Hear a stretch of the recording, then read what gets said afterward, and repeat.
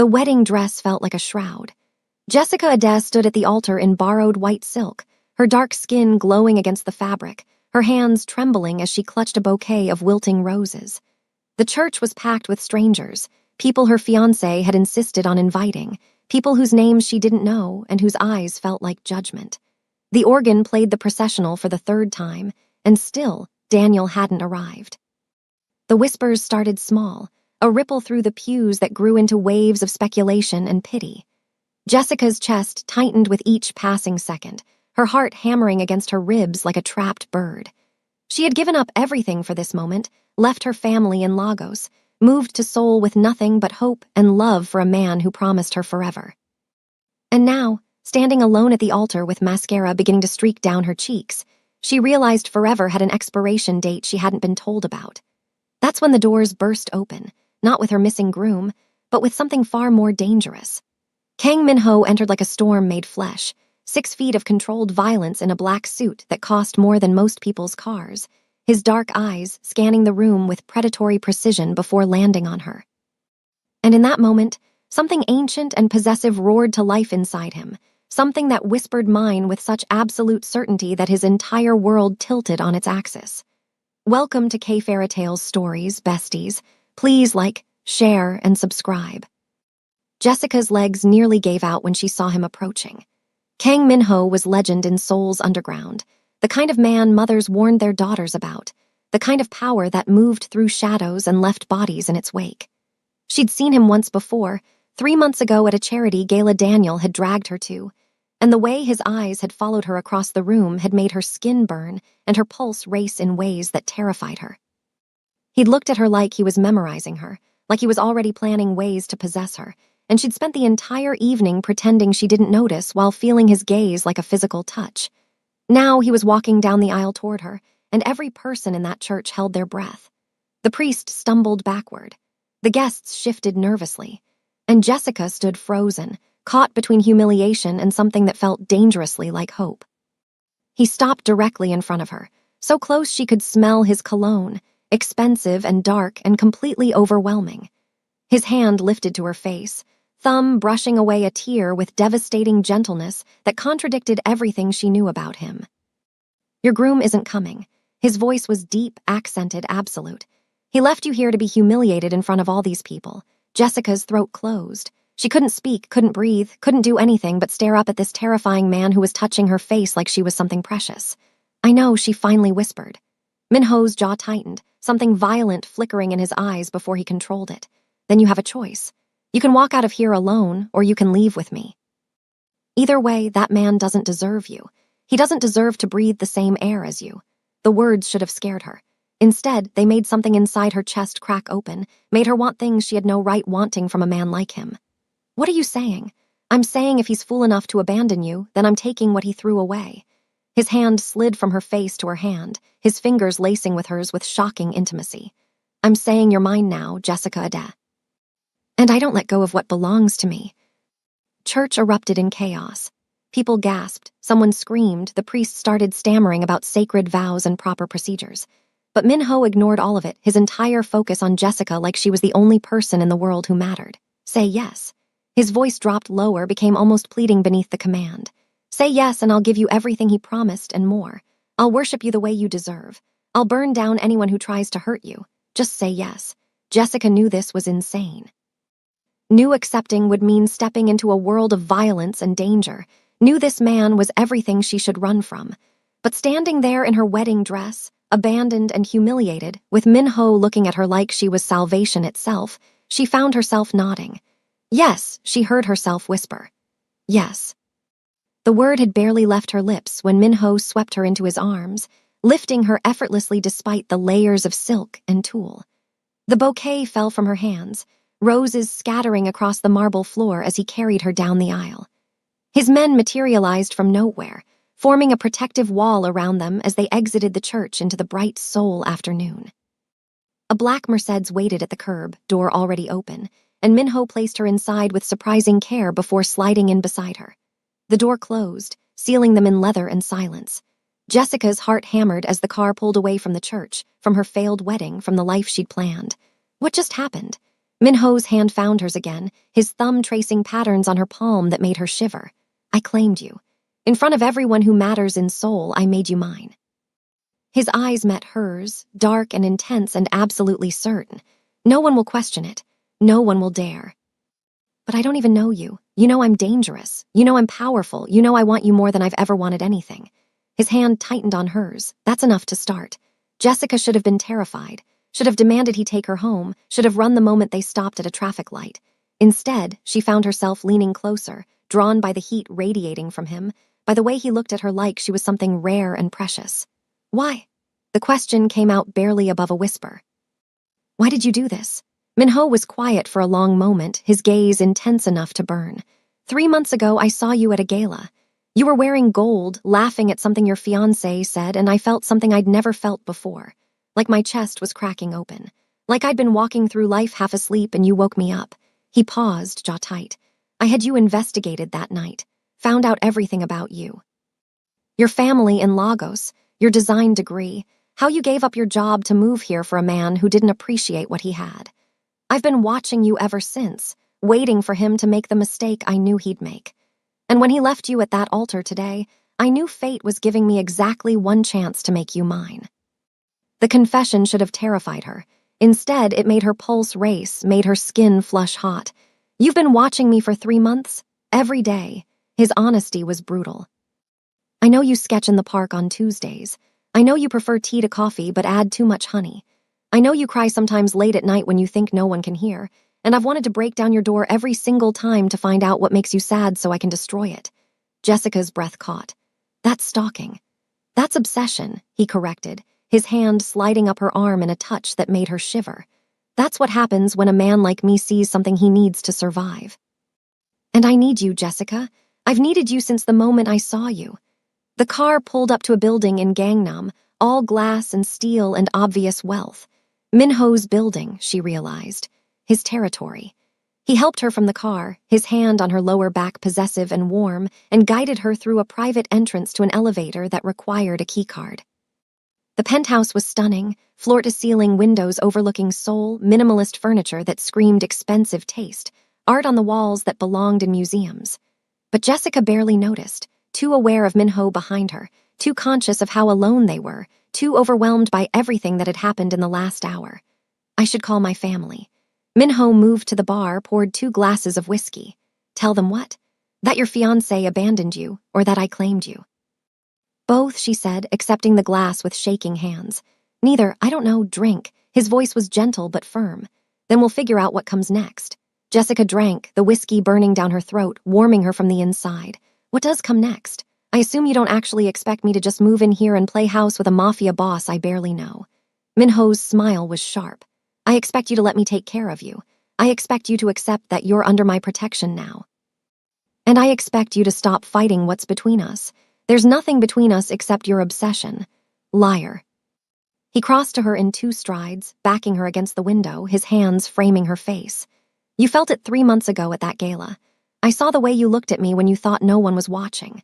I saw the way your breath changed when I got close. You've been as aware of me as I've been of you, you're just too stubborn to admit it. Jessica's pulse raced, her skin heating everywhere he touched. Even if that were true, I was engaged. Now you're not. His thumb traced her bottom lip, his eyes following the movement with an intensity that made her knees weak. Now you're mine, and I'm going to spend every day proving you made the right choice. This is insane, probably, but I've never been more certain of anything. He leaned closer, his breath warm against her lips. Tell me to stop, Jessica. Tell me you don't want this, and I'll take you anywhere you want to go. I'll make sure you're safe and provided for and never have to see me again. But if you don't tell me to stop, I'm going to kiss you, and once I start, I won't be able to pretend I don't need you anymore. Jessica knew she should stop this, should push him away and demand he take her home, should do anything except what she did, which was close the distance between them and press her lips to his. Minho made a sound low in his chest, something between a growl and a groan, and then he was kissing her back with a hunger that stole her breath. His hands tangled in her hair, careful of the pins and veil, and his mouth moved over hers like he was trying to memorize the taste of her. The kiss was everything Daniels had never been, consuming and desperate, and so intense it made her dizzy.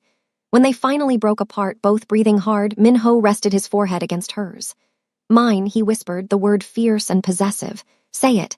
Say you're mine. I don't know what I am, she admitted, her hands fisted in his shirt. But I'm here. That's enough. He kissed her again, softer this time. For now, that's enough.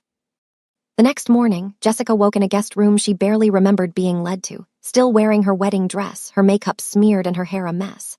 Sunlight streamed through windows she hadn't closed, and for a moment she thought yesterday had been a dream. Then she heard voices from the other room, Minho's voice low and commanding, speaking rapid Korean to someone. Reality crashed back.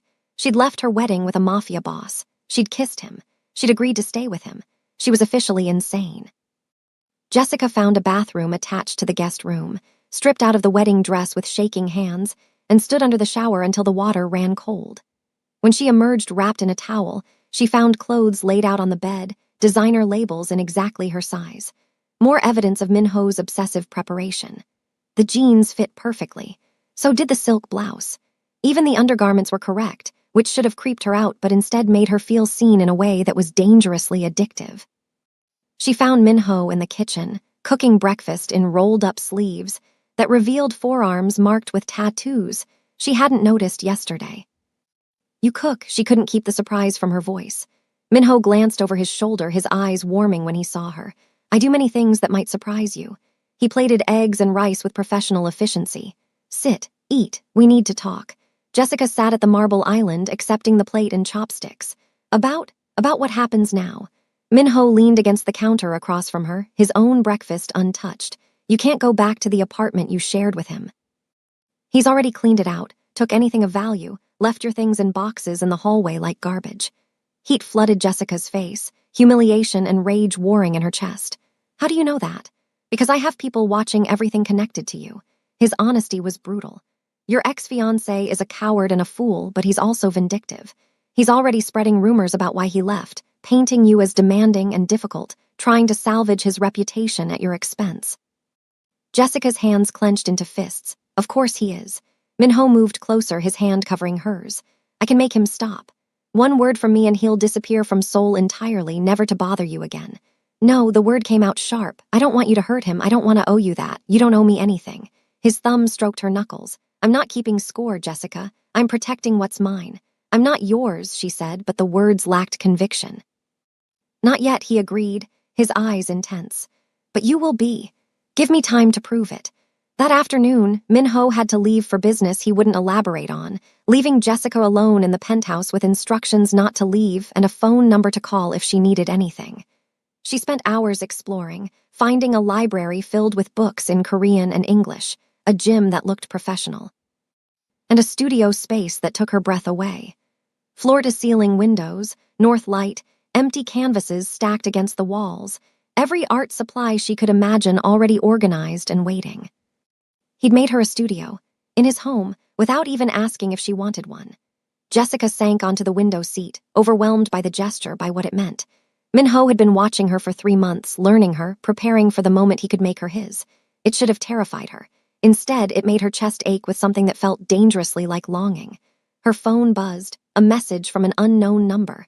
I hope you like the studio. I wanted you to have a space that was entirely yours. Minho, Jessica's fingers hesitated over the keyboard before typing back. It's beautiful. Thank you. His response came immediately. Everything I have is yours now. Get used to it. She shouldn't have smiled. Shouldn't have felt warm at his words. But she did, and that terrified her more than anything else. By the time Minho returned that evening, Jessica had sketched for hours, losing herself in the familiar comfort of charcoal and paper. She heard the door open, heard his footsteps, felt his presence before she saw him. You've been working. He appeared in the studio doorway, still in his suit, a cut on his cheekbone she didn't remember from this morning. Jessica set down her charcoal, stood, moved toward him without thinking. You're hurt, it's nothing. His hand caught hers when she reached for his face, just business. What kind of business leaves you bleeding? The dangerous kind. He didn't apologize for it. This is my world, Jessica. Violence is part of it. If you stay with me, you need to understand that. I do understand. She traced the cut carefully, her touch feather-light. That doesn't mean I have to like it. Minho's eyes darkened at her touch, his hand coming up to trap hers against his face. You're worried about me. I'm worried you'll get yourself killed and I'll be stuck in your penthouse with a really nice studio and no one to annoy. His laugh was surprised and genuine. Is that all I am to you? Someone to annoy? You're the man who swept me away from my wedding, stalked me for 3 months, and apparently thinks he owns me. Jessica met his eyes, saw the hunger there, the barely controlled need. So yes, annoying you is my new favorite hobby. Minho's control snapped. He pulled her flush against him, his hand tangling in her hair, his mouth claiming hers with a desperation that stole her breath. The kiss was harder than yesterday, more demanding, full of 3 months of wanting and the fear he'd felt that she might refuse him. Jessica kissed him back just as desperately, her hands fisting in his shirt, her body molding to his like she'd been made to fit there. When they finally broke apart, Minho's breathing was ragged. I need to tell you something. She waited, her heart hammering. 3 months ago, I decided you were mine. He brushed hair from her face with shaking hands. But somewhere between then and now, between watching you and learning you and finally having you here, something changed. This isn't just obsession anymore, Jessica. This is love, and I have no idea what to do with it except give you everything I have and hope it's enough. The confession broke something open inside her. Minho, I barely know you. Then let me teach you. His forehead pressed to hers. Let me show you who I am beneath the violence and power. Let me prove I can be the man you deserve. A week passed in a strange domesticity that shouldn't have worked but somehow did. Minho left for business during the day, always coming back with small gifts. Fresh flowers because he'd learned she loved peonies. Art books from shops she'd mentioned wanting to visit. Ingredients for Nigerian dishes because he'd researched her favorite foods and wanted to learn to cook them. Jessica painted and sketched and slowly let herself believe this might be real, that Minho's obsession might actually be love.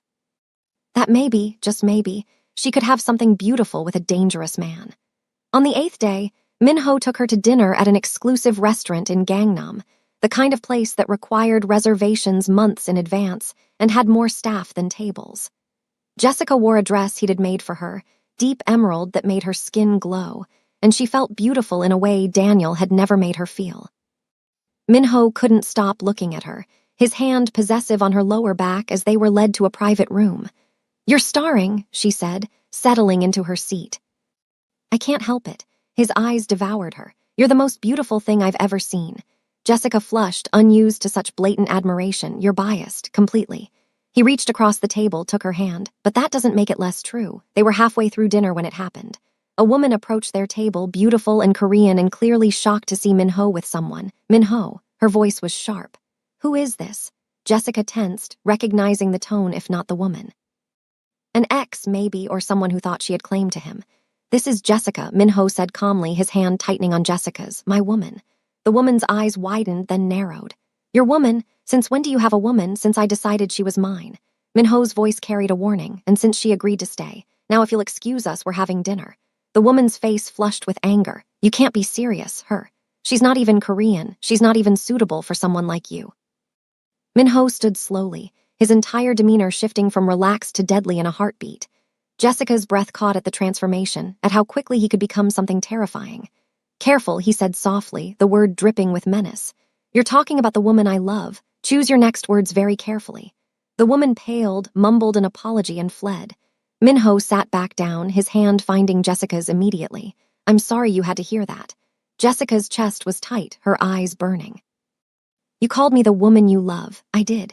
His thumb stroked her palm. Because it's true, I love you, Jessica Ade. I've loved you since the moment I saw you, and I'll love you until the day I die. No one gets to disrespect you. Not in front of me, not ever. Jessica stood abruptly, her chair scraping back. I need air. She fled to the bathroom, locked herself in a stall, and let the tears come. Not from the woman's words, but from Minho's response. From the way he defended her so fiercely. From the realization that she was falling for him too.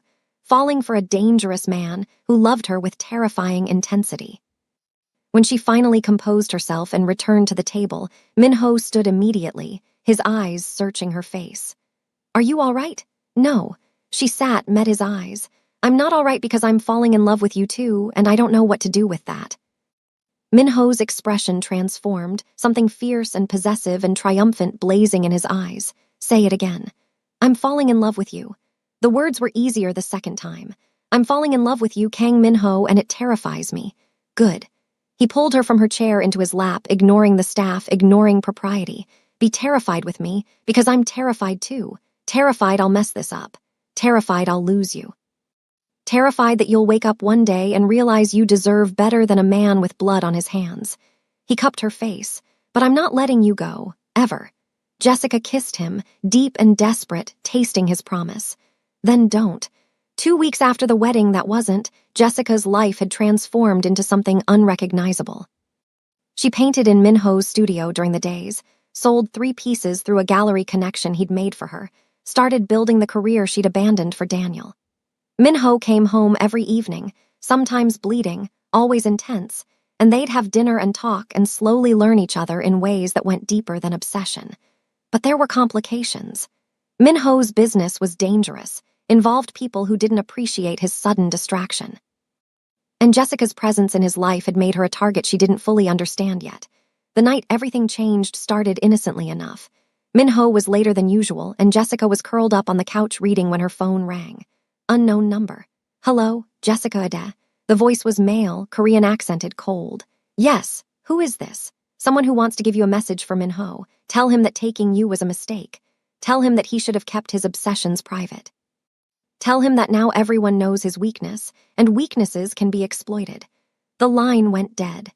Jessica's hands shook as she tried calling Minho, but his phone went straight to voicemail. She was packing, anxiety clawing at her chest, when the door burst open. But it wasn't Minho. 3 men entered, moving with professional efficiency, and Jessica barely had time to scream before they were on her. She fought, remembering self-defense classes from college, managed to knee one in the groin before something struck her head and the world went dark. Jessica woke to pain. Her head throbbed where she'd been hit, her wrists ached from zip ties binding them behind her back, and her vision swam as she tried to focus. She was in a warehouse, empty except for the chair she was tied to and the men standing around her. "Where is he?" she demanded, her voice steadier than she felt. "Where's Minho?" The leader stepped forward, a man in his 50s with cold eyes. "That's what we're waiting to find out. You see, Ms. Ade, your boyfriend has something that belongs to us. Territory he took, business he disrupted. We want it back, and you're going to help us get it. I won't help you with anything." The man smiled, pulled out a knife. "We'll see about that." That's when the warehouse doors exploded inward, literally exploded, the sound deafening in the empty space. And through the smoke and chaos came Minho, moving like death itself, his men behind him, guns drawn. The effect was immediate. Jessica's captors turned their weapons on Minho, but they never had a chance. Minho moved with brutal efficiency, disarming the first man with a strike that broke bone, shooting the second without hesitation, reaching Jessica before the third could even raise his weapon. The leader tried to use Jessica as a shield, his knife at her throat. "Stay back or I kill her." Minho's eyes met Jessica's, saw the fear there, saw the trust beneath it. And then he smiled, cold and certain. "No, you won't." The shot was precise, the leader dropping before his knife could break skin. Minho was cutting Jessica's bonds a second later, pulling her into his arms with shaking hands. "Are you hurt? Did they touch you? Tell me what they did. I'm okay." Jessica clung to him, her face pressed against his chest. "I'm okay, you came. Always." His voice was fierce. "I will always come for you. Always." They didn't make it home immediately. Minho had his men secure the scene, had his doctor check Jessica's head injury, had plans made to eliminate the rest of the organization that had taken her. But finally, hours later, they were back in the penthouse, alone and still shaking from adrenaline. "I should never have brought you into this," Minho said, packing his bedroom like a caged animal. "I should have known keeping you would put you in danger." Jessica sat on his bed, watching him. "So what are you saying? That you want me to leave?" He spun to face her. "No, God, no, I'm saying I'm selfish enough to keep you anyway. I'm saying I love you too much to let you go, even knowing what it costs. I'm saying I'm going to spend the rest of my life making sure no one ever touches you again. Then stop packing and come here." He crossed to her immediately, sinking to his knees in front of her, his hands framing her face. "I thought I lost you today." "You didn't." Her hands covered his. "I'm here, I'm safe. And I'm not going anywhere. Promise me." His voice cracked. "Promise me you'll stay. I promise." Jessica pulled him up, pulled him down onto the bed beside her. "I love you, Minho. Whatever danger comes with that, I love you." He kissed her then, desperate and claiming, his hands shaking as they tangled in her hair. The kiss deepened, became something more, and Jessica felt the shift between them. Felt the moment they both stopped fighting and gave in to what had been building since the moment they met. Minho pulled back slightly, his breathing ragged. "Tell me to stop. Tell me this is too fast." "Don't stop," Jessica whispered, her hands pulling him closer. "Don't stop, don't leave, don't let me go. I won't." The promise was fierce. "Never." What followed was wordless, intense, full of 3 months of wanting and the terror of almost losing each other. Minho loved her with his whole body, worshipped her with hands and mouth, showed her exactly how deeply his obsession ran. And Jessica loved him back just as fiercely, gave him everything she had, proved that choosing him hadn't been a mistake. Afterward, they lay tangled together, breathing hard, the city lights filtering through the windows. Minho's hand traced patterns on her bare shoulder, his touch reverent. "Mine," he whispered. "Forever." Forever, she agreed and meant it. The morning brought complications. Jessica woke alone, found Minho in his office on the phone, his voice hard and commanding as he gave orders in rapid Korean. When he finally hung up, he looked exhausted. "What's wrong?" she asked from the doorway. He looked up, his expression softening when he saw her. "Come here." She crossed to him, let him pull her into his lap. "Everything's wrong. The organization that took you has retaliated, attacked 3 of my businesses, killed 2 of my men. This is going to get worse before it gets better. Then we deal with it, together." Jessica met his eyes. "You're not sending me away, Minho. I'm staying. It's too dangerous. I don't care." Her hands cupped his face. "You love me. I love you. That means we face the danger together. You're going to be the death of me," he said, but he was smiling. "Good," she said and kissed him. "The death of you is better than a life without you." The war lasted 3 weeks, brutal and bloody, and exactly what Jessica had been warned about. Minho's world was violence, was power plays and territory disputes and men dying in alleys for the crime of loyalty. But through it all, he kept Jessica safe. Moved her to a different location every night, surrounded her with guards, never let her far from his sight. And slowly, methodically, he dismantled the organization that had dared touch her. It ended in a warehouse across the city, Minho facing the rival boss in a negotiation that was really just a prelude to execution. Jessica watched from a secure location via video feed, her heart in her throat as Minho moved through the space like he owned it. "You took something of mine," Minho said, his voice carrying through the warehouse. "You put your hands on the woman I love." The rival boss laughed. "She's just a woman, she's everything." Minho's gun was suddenly in his hand, "And you're dead." The shot echoed through the feed. Jessica flinched but didn't look away. This was who Minho was, what he did to protect what was his, and she loved him anyway, maybe even because of it. When Minho returned hours later, covered in someone else's blood, Jessica was waiting. "It's over," he said simply. "No more threats, no more danger, you're safe. And you?" she asked, crossing to him. "Are you safe, always, when I have you?" He pulled her close, buried his face in her hair. "Marry me." The words were muffled but clear. "Marry me for real this time, not because some fool abandoned you, but because you choose me, because you love me." Jessica pulled back to look at him. "Yes." His eyes blazed. "Yes, yes, I'll marry you. Yes, I choose you. Yes, I love you." She kissed him. Yes to everything. 1 month later, they married in a small ceremony with people who actually mattered. Jessica's family flew in from Lagos. Minho's inner circle attended. And when Jessica walked down the aisle in a dress she'd chosen herself, Minho's eyes were wet. This time, she knew with absolute certainty her groom would be waiting.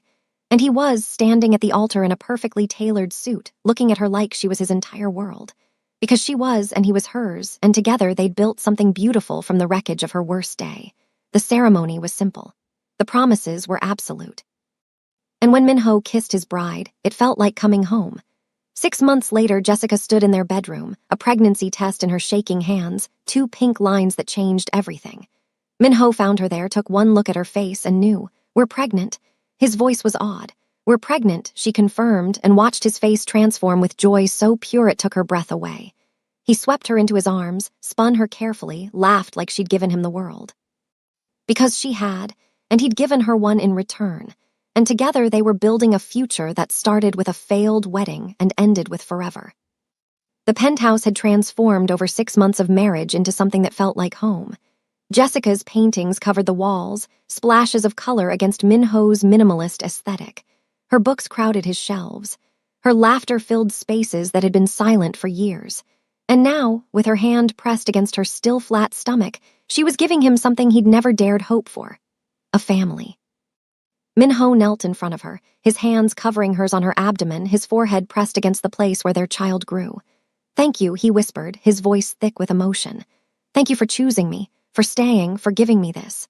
Jessica's fingers tangled in his hair, holding him close. "You gave me everything first. You saved me from a life that would have destroyed me.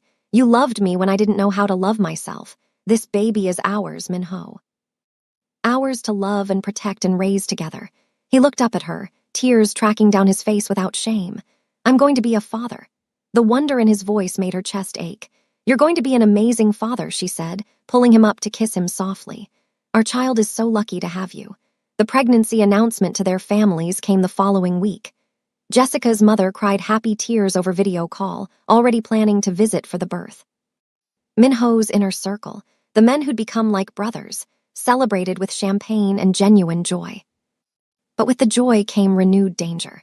The news that Kang Minho's woman was pregnant spread through Seoul's underground like wildfire, and not everyone was pleased. There were rivals who saw opportunity, enemies who saw weakness, people who thought a pregnant wife would make Minho vulnerable. They were right, but not in the way they expected. Minho didn't become weak. He became absolutely lethal. Anyone who even looked at Jessica wrong disappeared. Business associates who made inappropriate comments found their operations shut down overnight. And the security around Jessica tripled, then tripled again. I feel like I'm in a cage, Jessica complained one afternoon, watching 2 guards patrol the garden from her studio window. I can't even go to the market without an armed escort. You're carrying my child. Minho appeared behind her, his arms wrapping around her waist, his hands splaying protectively over her stomach. I'm not taking chances. I know, she said, leaning back against him. But Minho, I need to live. I need fresh air and normalcy and the ability to buy my own groceries without feeling like the president. His arms tightened slightly. What if I came with you? What? She turned in his embrace. You want to go grocery shopping with me? I want to do everything with you. His smile was soft, the one he reserved only for her. Especially the mundane things. Especially the moments that make life worth living. So they went, Minho and Jessica, to a market in Itaewon with guards trailing at a distance. They bought vegetables and fruit, argued about which brand of rice was better, and for an hour they were just a couple expecting their first child. Normal, happy, untouchable until they weren't. The attack came as they were loading groceries into the car. 3 men, guns drawn, moving fast. Jessica didn't even have time to scream before Minho was shoving her behind him, his own weapon appearing from somewhere, his body a shield between her and danger. Stay down, he commanded, his voice cold and controlled. Don't move. Gunfire erupted. Jessica crouched behind the car, hands over her stomach, praying desperately for Minho's safety. The fight was brutal and efficient. Minho moved like a dancer, like violence was choreographed, and within minutes all 3 attackers were down. But when he turned back to Jessica, there was blood on his shirt. You're hurt, she gasped, reaching for him. It's nothing. He pulled her up, checked her frantically. Are you okay? The baby? We're fine. Her hands shook as she touched his face. But you're bleeding. We need to get you to a hospital. Home first. His jaw was set. Then we deal with whoever sent them. The bullet had grazed his ribs, painful but not life-threatening. Minho's private doctor stitched him up in the penthouse while Jessica paced, fury and fear warring in her chest. This has to stop, she said when the doctor finally left. This constant danger, these attacks. I can't raise our child in a war zone, Minho. Then I'll end the war. His voice was absolute. Permanently. What does that mean? It means I'm going to consolidate power. Eliminate anyone who might threaten you or our child. It means things are going to get very bloody for a while, but when it's over, you'll be safe. Our baby will be safe. That's all that matters. Jessica knelt in front of him, careful of his injury. I don't want you dying for us. I don't want our child growing up without a father because you were too busy protecting us. I won't die. His hand cupped her face. I have too much to live for now, but I will do whatever it takes to make sure you both survive. Even if that means becoming more of a monster than I already am. You're not a monster. She kissed him softly. You're a man who loves fiercely. There's a difference. The next morning, Minho called a meeting of every major player in Seoul's underground. Neutral ground, witnesses, the kind of gathering that only happened when war was about to be declared or ended. Jessica wanted to go with him, but he refused. Stay here. His hands were gentle but firm. Stay safe. Let me handle this my way. Promise me you'll come back. She held his face. Promise me. I promise. He kissed her deeply. I'll always come back to you. The meeting lasted 6 hours. Jessica spent every minute on edge, packing the penthouse, one hand on her stomach, praying to a god she'd stopped believing in years ago. When Minho finally returned, he looked exhausted but triumphant. It's done. He pulled her into his arms. Every organization in Seoul has agreed to a truce. You and our child are untouchable now, officially. Anyone who breaks the agreement faces unified retaliation. How did you manage that? I gave them something they wanted more than revenge. He smiled against her hair. I gave them my word that I'd step back from active operations, become more legitimate, less involved in the violence. What? Jessica pulled back to stare at him. You're leaving the business. Not leaving, transitioning. His hands moved to her stomach. I have priorities now that matter more than power. I have a wife I love, a child on the way, a future I actually want to see. I can't do that if I'm constantly at war. Jessica's eyes burned with tears. You'd give up everything for us. I'd give up the world for you, he said simply. Don't you know that by now? She kissed him then, deep and grateful and full of love that felt too big for her chest. Later that night, curled together in bed, Minho's hand resting on her growing belly, Jessica finally felt safe. The war was over. The danger had passed. And they could focus on building the life they'd both fought so hard for. Our baby moved today, Jessica said softly. Just a flutter, but I felt it. Minho's hand pressed more firmly against her stomach, his expression odd. Really? Really? She covered his hand with hers. In about 4 months, we're going to be parents. Terrifying, but amazing. His eyes met hers. Thank you for this. For choosing me even when it was dangerous. For loving me even when I didn't deserve it. For giving me a reason to be better. You've always been better than you believed, she said. You just needed someone to see it. The pregnancy progressed smoothly despite the chaos of their lives. Jessica's body changed, her stomach rounding, her skin glowing, and Minho became increasingly protective and adorably helpless. He read every parenting book he could find. He interviewed pediatricians like they were applying for national security positions. He had the nursery designed and redesigned 3 times before Jessica finally took over and made decisions herself. You're going to drive yourself insane, she told him, watching him debate paint colors with an intensity usually reserved for business negotiations. I just want everything perfect. His hand ran through his hair in frustration. Our child deserves perfect. Our child deserves parents who love them and each other. Jessica pulled him down beside her on the couch. The paint color doesn't matter, Minho. What matters is that we're together, that we're ready, and we will be. He relaxed against her, his hand finding her stomach automatically. You're right, I'm being ridiculous. You're being a nervous first-time father. She kissed his temple. It's actually adorable. I'm not adorable. I'm terrifying, you're both, and I love you for it. At 7 months pregnant, Jessica's body was beautiful and uncomfortable in equal measure. Her back ached constantly. Her feet swelled. She couldn't sleep comfortably in any position. And Minho became her devoted servant, massaging her back, rubbing her feet, staying up with her during the long sleepless nights. One evening, sitting on the terrace watching the sunset, Jessica felt a sharp pain low in her abdomen. Minho noticed immediately. What's wrong? Just a cramp. She breathed through it. The doctor said this is normal. If it happens again, we're going to the hospital. His jaw was set. I'm not taking chances. It happened again an hour later, stronger this time, and again 30 minutes after that. By the time Jessica admitted they might need medical attention, the contractions were regular and intense. It's too early, she gasped as Minho carried her to the car. The baby isn't due for 2 more months. You're going to be fine. His voice was steady despite the fear in his eyes. Both of you are going to be fine. The hospital was prepared for their arrival, Minho's money and influence ensuring immediate attention from the best doctors. But money couldn't stop preterm labor, couldn't guarantee safety, couldn't control what happened next. We need to do an emergency C-section, the doctor said after examining Jessica. The baby is in distress. We can't wait. Minho's hand tightened on Jessica's. Do whatever you need to do. Just save them, both of them. Everything after that was chaos and terror and bright lights. Jessica was wheeled into surgery, Minho beside her in scrubs, his hand gripping hers like an anchor. She was scared, more scared than she'd been facing kidnappers or danger or any of the violence in Minho's world. This was her child, their child, and something was wrong. I'm here, Minho kept saying, his voice steady despite his fear. I'm right here. You're not alone. The moment their daughter entered the world, too small and too early, crying weakly, Jessica's heart stopped. The medical team moved with practiced efficiency, taking the baby to assess her, leaving Jessica and Minho in terrified limbo. Is she okay? Jessica's voice was hoarse. Is our baby okay? The doctor turned and Jessica saw the smile beneath the mask. She's small, but she's fighting. Strong lungs, good color. She's going to need monitoring, but I think she'll be just fine. Minho's head dropped to Jessica's shoulder, his body shaking with relief. They brought their daughter over briefly, just long enough for Jessica to see her tiny face, her perfect fingers, before taking her to the NICU. She's beautiful, Jessica whispered, tears streaming down her face. She looks just like you. She has your strength. Minho kissed her forehead. You did amazing. You gave me everything. The next 3 weeks were the hardest of their lives. Their daughter, whom they named Amara, meaning grace in Igbo, stayed in the NICU, gaining weight slowly, fighting to thrive.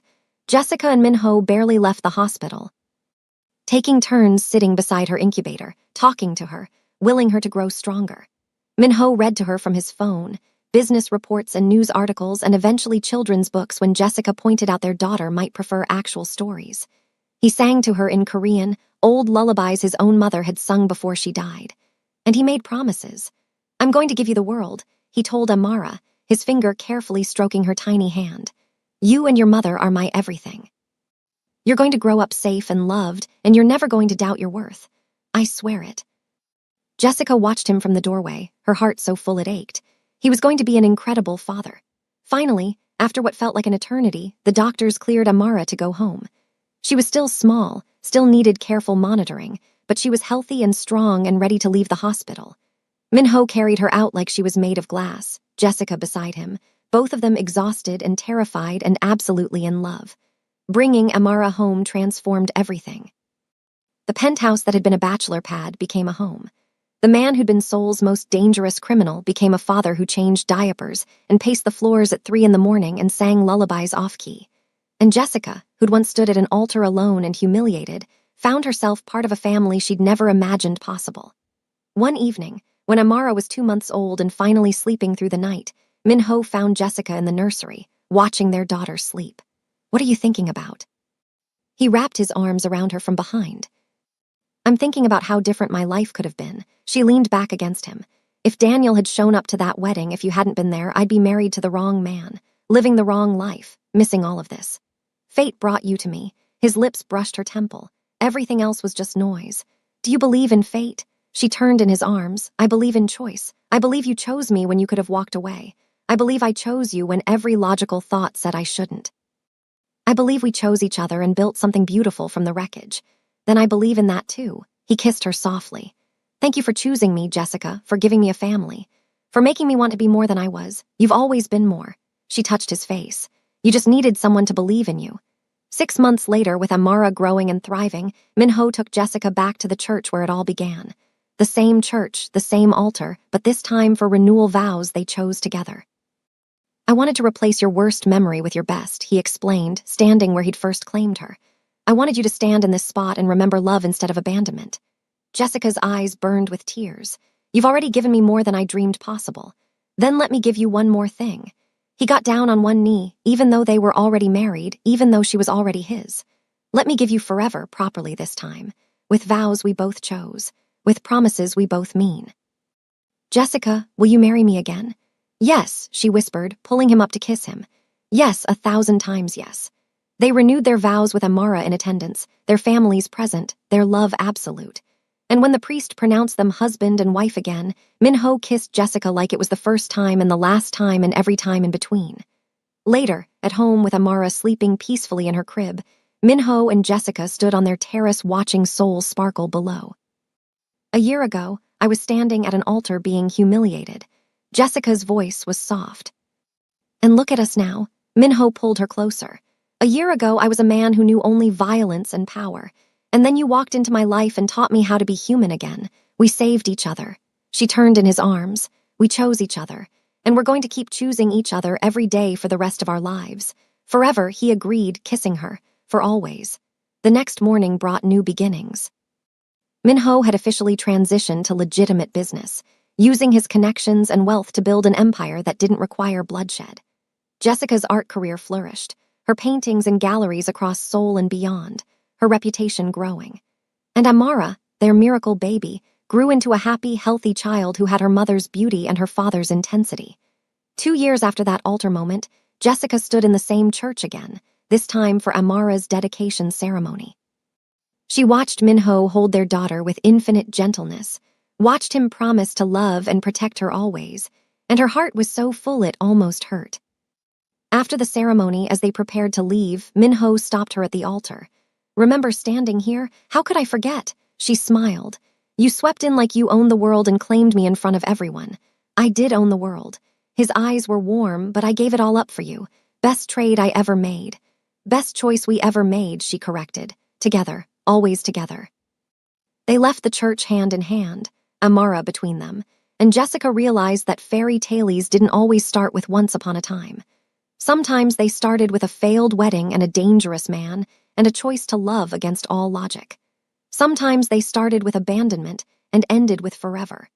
Sometimes they started with pain and ended with joy so profound it made everything that came before worth it. 3 years after Minho claimed her, Jessica published a book about their love story. Names changed, but truth intact. It became a bestseller, women across Korea and beyond drawn to the tale of finding love in the wreckage. One reader asked during a book signing, "How did you know he was worth the risk? How did you know choosing him wouldn't destroy you?" Jessica thought about that question, about standing at the altar alone, about Minho appearing like salvation, about every moment since. "I didn't know," she answered honestly. "I just knew that a safe life without him felt like dying slowly, and a dangerous life with him felt like finally living. That's how I knew. Sometimes the right choice is the scary one. Sometimes love requires walking toward the fire instead of away from it. And sometimes the man who saves you is the one everyone warned you about." Minho appeared at her side then, Amara in his arms, their second daughter growing in Jessica's belly. "Ready to go home?" he asked. "Always," she said, taking his free hand. "Home with you is the only place I want to be." They left together, a family built from chaos and choice and love that defied every rule. And behind them, in the church where it all began, the altar stood witness to a truth Jessica had learned. That sometimes God answered prayers in ways you didn't expect. That sometimes salvation came wearing a dark suit and a dangerous smile. That sometimes the man who swept you away from your wedding was exactly the man you were supposed to marry all along. 5 years after that altar moment, Minho and Jessica renewed their vows again, this time with 2 daughters as flower girls and Jessica 6 months pregnant with their son. 10 years later, they stood at the same altar with 3 children and a love that had only deepened. And every time Jessica walked into that church, she remembered being abandoned. She remembered humiliation and pain. But mostly, she remembered the moment Minho appeared and said, "Then she's mine," because those 3 words changed everything. Those 3 words led to this, to a family built on choices and chances and love that refused to be anything less than absolute. Years later, when their oldest daughter asked how Mama and Papa met, Jessica would tell her the truth, that Mama was having the worst day of her life, that another man left her standing alone, that Papa appeared and decided Mama was worth fighting for, and Papa, pulling Jessica close, would add his part, that he saw Mama and knew immediately she was meant to be his, that he claimed her in front of everyone because he refused to let her walk away, that choosing her was the easiest and best decision of his life. Then they'd look at each other, these 2 people who'd found love in the wreckage, and their eyes would say what words couldn't. That fate and choice were sometimes the same thing, that the scariest decisions often led to the most beautiful destinations, that love wasn't always safe or simple or easy, but it was always worth it. And their children, watching their parents still completely in love decades later, would understand something profound. That the best love stories didn't start with perfection. They started with broken people choosing to be whole together. They started with someone being brave enough to claim what they wanted. They started with another person being brave enough to stay. Jessica's story started with abandonment at an altar, but it ended with a family, a marriage built on obsessive devotion and fierce love, and a future so bright it made her past pain feel like a distant memory. Because Kang Min-ho had walked into her worst moment and declared her his. And Jessica Ade had chosen to believe him. And together, they'd built something beautiful from wreckage, created forever from ruin, and proved that sometimes the most dangerous choice is also the most right one. On their 20th anniversary, standing in their home surrounded by children and grandchildren, Min-ho pulled Jessica close. "Still mine," he murmured against her hair. "Always yours," she confirmed. "Best decision I ever made." And it was. Choosing him had been insane and reckless and completely illogical. But it had also been the most right thing she'd ever done. Because some loves aren't meant to be safe. Some loves are meant to be consuming and all-encompassing and absolutely transformative. Some loves start with a mafia boss claiming a jilted bride and saying 3 words that change everything. "Then she's mine." And some loves last forever, built on those 3 words, sustained by choice and passion and the absolute certainty that they'd found exactly what they needed in each other. Jessica had gone to a church expecting one future and left with an entirely different one. She'd been claimed by a dangerous man and chosen to stay. And every day since, she'd chosen him again. Just as he chose her obsessively, completely, with a devotion that never wavered. That was their love story. Unconventional, intense, born from catastrophe and built through chaos. But also beautiful, true, and absolutely eternal. And when people asked Jessica if she ever regretted the day her first wedding fell apart, she'd smile and say no. Because that day led to everything. That day led to Minho. And Minho led to home, to family, to forever. To a love that started with abandonment and ended with absolute devotion. To a life she never could have imagined, but couldn't imagine living without. That was the power of choosing the dangerous path.